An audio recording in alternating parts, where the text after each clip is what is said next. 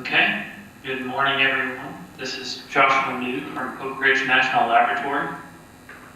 I'll be speaking on AutoBEM, automatic detection and creation of individual building energy models for each building in an area of interest.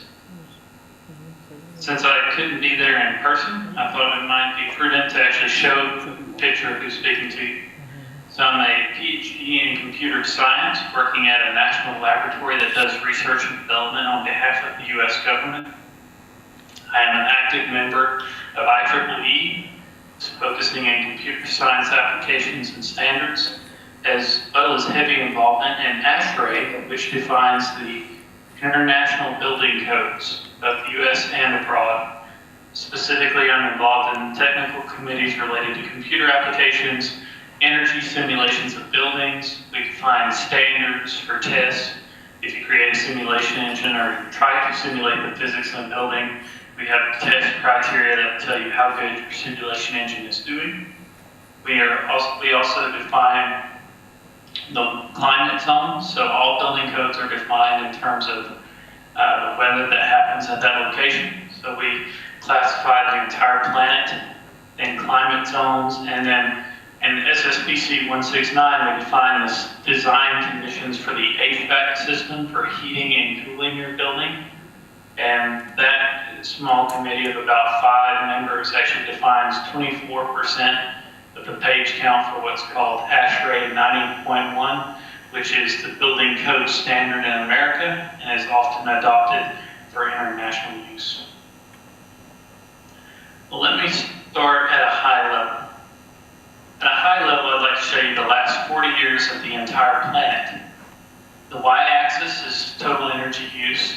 The x-axis is GDP per capita, or a quality of life indicator. And each dot here is a country sized by population. As I play this, it may jump around for you, but it smoothly animates kind of countries moving up and to the right. And in 2000, China takes off, surpassing the U.S. in total energy consumption. As you can see from the tracks in the smaller countries at the bottom right, everything has moved up and to the right, which shows that energy consumption and quality of life are directly correlated. There are several studies that show this.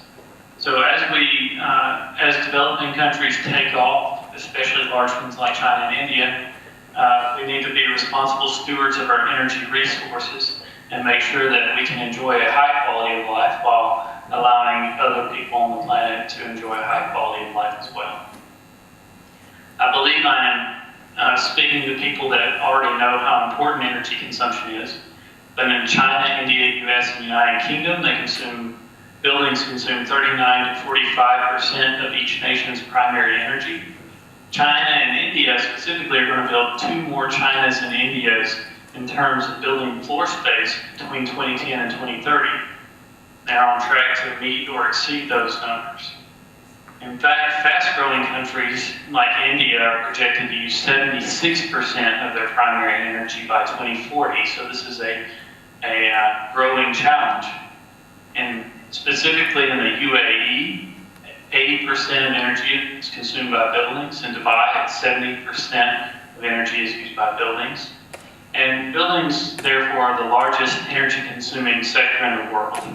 And when those energy resources aren't met by renewable supplies, then you have concomitant greenhouse gas emissions that cause other environmental concerns.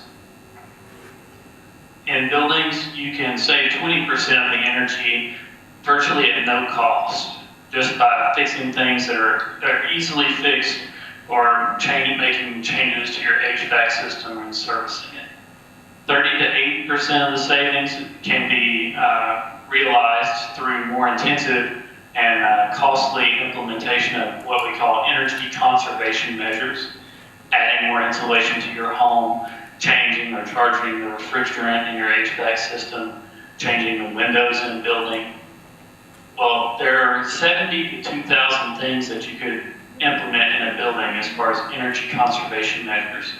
And software, if you have a building energy model, will allow you to do a return on investment calculation that can tell you what the most cost-effective things for your building are.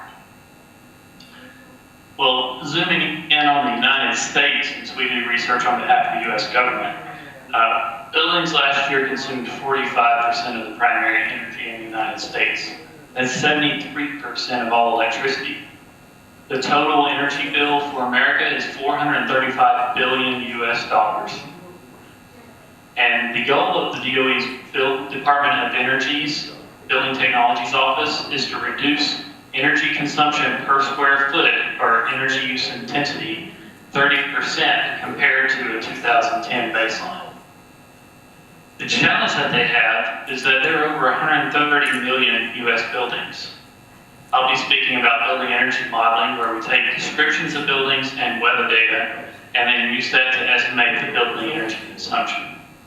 In the United States, there are $30 billion in private sector activity that touch only 0.3% of buildings, and they only use building energy modeling in less than 10% of those.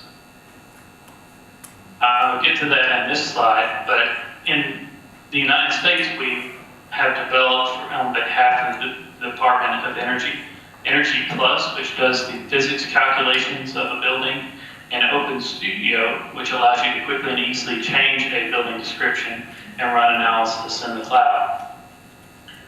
DOE has invested $85 million since 1995 in these tools, and they're open source on GitHub. So if you don't have a building simulation package, you may want to consider using these significant investments on behalf of the US taxpayer. The main use case for building energy modeling is optimal return on investment. So once you have a good software model of a building, as I said previously, you could figure out if you were a homeowner and you had $10,000 to put toward making your home more energy efficient, you could find out which things you should do that would give you the most bang for your buck.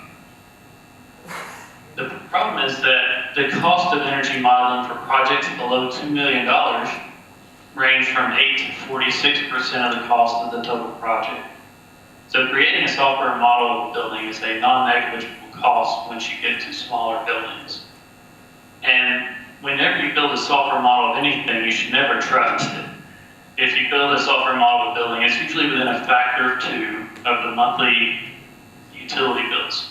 Let's say you had a home that's $100 per month. The software model may say $50, it may say $200, somewhere in that range. Well, there's something called ASHRAE Guideline 14 that says if you have monthly or hourly utility data and you can calibrate it to where your software outputs the energy consumption that matches real-world utility bills within these percentages, then you have what's considered a legally usable software model. That model is good enough that you can take it to, in the US, the Internal Revenue Service for tax credits from the government. You can take it to code compliance officials where they have performance trade-offs in assessing whether a building meets code. And most importantly, you could actually take that to a bank and use the predicted energy savings as collateral to secure a third-party loan to make changes into the building. So a good enough software model can result in having money up front to make changes to the building. We worked several years on solving this challenge where if you create a model of a building and you feed it into a simulation tool and compare it to measured data, it never matches. So there's an expensive feedback loop with someone creating this model to within the ASHRAE Guideline 14 requirements. What everybody wants is an easy button, where you spin that off on a computer, and it's just as bad at first, but we've trained advanced artificial intelligence algorithms until it's within some tolerance. Then you can return that calibrated model to the user, and they're off to the races on any simulation-informed analysis. In order to create that easy button, it was not so easy. We used Titan. At the time, it was the world's #1 fastest supercomputer. It's now the world's 4th fastest. And we can simulate over 500,000 buildings and write 45 terabytes of data to disk in 68 minutes using over 130,000 cores. At the current rate, if we have less data we need to output, we can run 1 million building simulations in 20 minutes. We did that to create large sets of data. We created a database of 200 terabytes of data, and we turned loose a system called ML Suite, a suite of machine learning algorithms. Instead of figuring out what is the best way to calibrate the building model and playing with our favorite algorithm, we used systematic test on benchmark data sets. I call these my minions. You know, they're all a little different in strengths and weaknesses. And so what we created was a software system that would allow us to run hundreds of university machines in parallel and several supercomputers to assess benchmark data sets where we could get back performance metrics to find out what is the best algorithm for any given problem, giving a set of training data, a set of cross-validation data, and we could tell in terms of accuracy, time it takes to get a solution, and robustness, what is the best algorithm. So we used 8 different supercomputers for this problem. It calibrates any model to the data you have, so even though we used EnergyPlus, it can be treated as a multi-objective optimization framework for any problem. There are 35 peer-reviewed publications, and the source code is open source on GitHub. But most people just care about how accurate it was.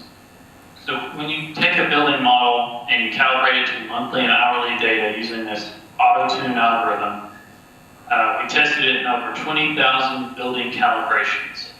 And what were we able to achieve? An error rate below 4% for hourly data. In terms of a residential building, we could predict energy use within 30 cents per day. Well, we were lucky to be one of 14 teams selected from across the nation for participation in LabCore. It got us researchers out of the lab and into the marketplace, where we asked over 100 people, what are your pain points, put a dollar value, use on the value proposition of our technology, figure out how they wanted it to be distributed, some of our data partners, and put dollar values. At the end of that process, if you're entrepreneurial, you should consider Googling business model canvas.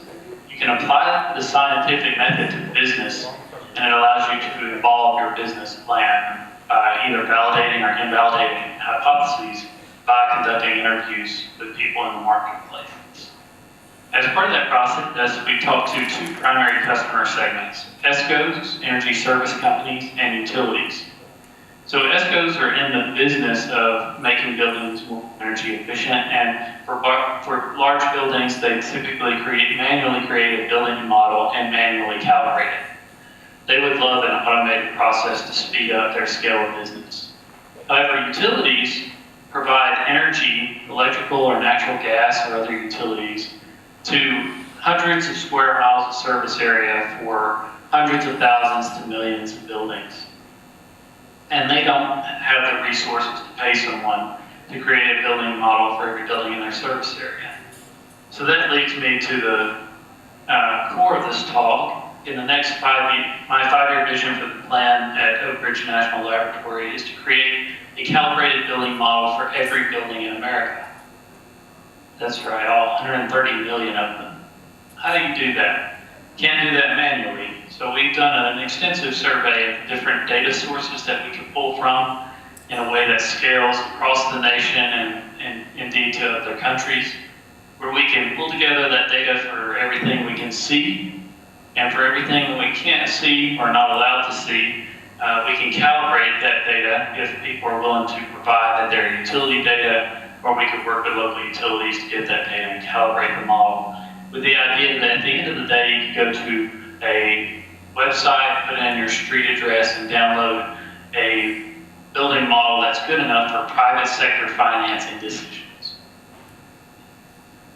So my 5-year vision, we're 2 years into that. I plan to have a building model of every building in America by the end of 2020.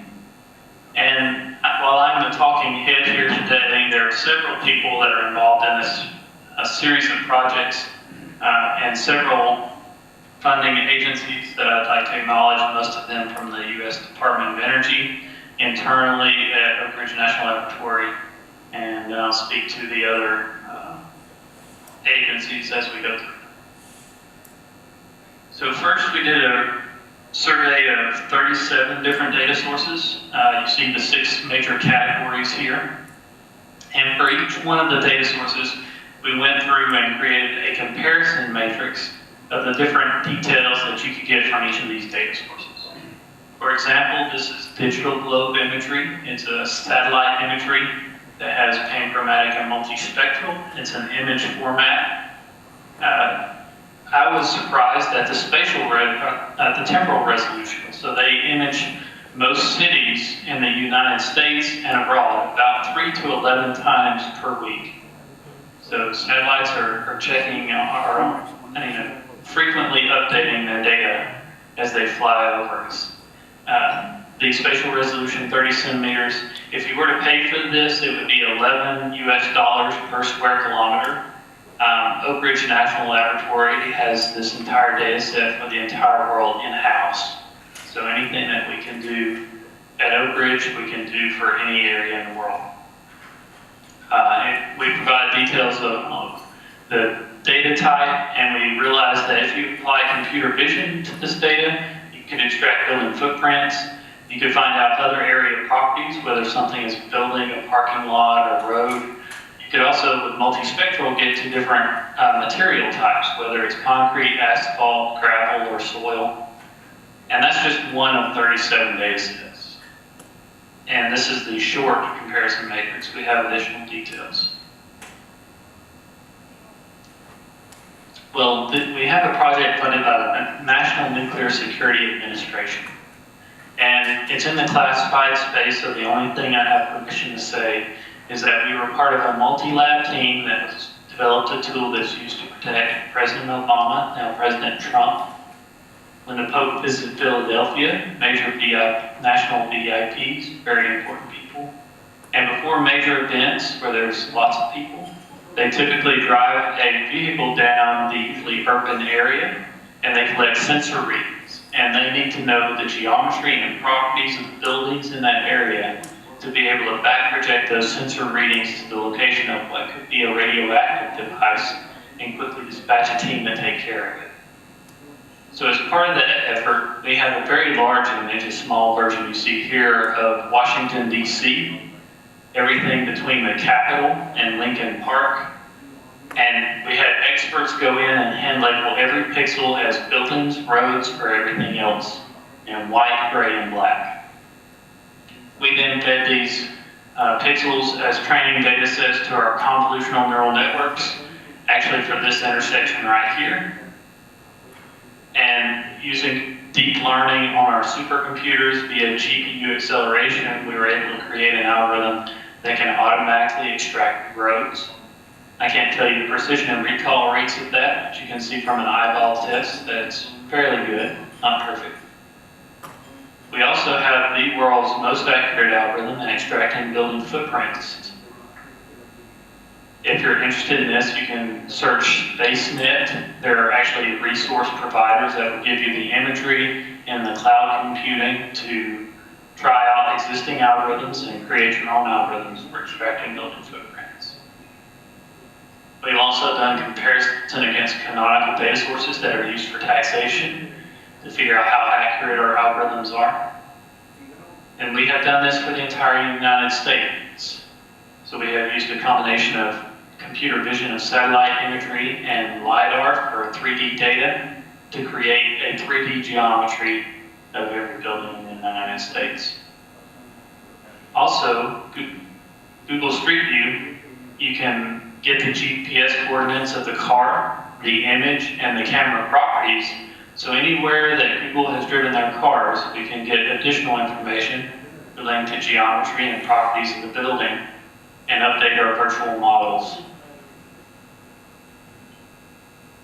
For everything that we're not allowed to see for non-national security applications, we get to through prototype building. So we're thankful to the US government that they have conducted extensive surveys covering hundreds to thousands of buildings of each type and able to get the number of occupants, the operating schedule, the equipment efficiencies for 16 building types. We're extending that down. So we have 16 building types, 16 climate zones in the United States, and 3 vintages or age ranges for 768 models that represent over 70% of the commercial floor space in the United States. We're extending that to 90% and expect there to be about 4,000 models. underlying the extraction, I've just shown the geometry of footprint, height, and things that are visually compelling, but there are other properties that we can get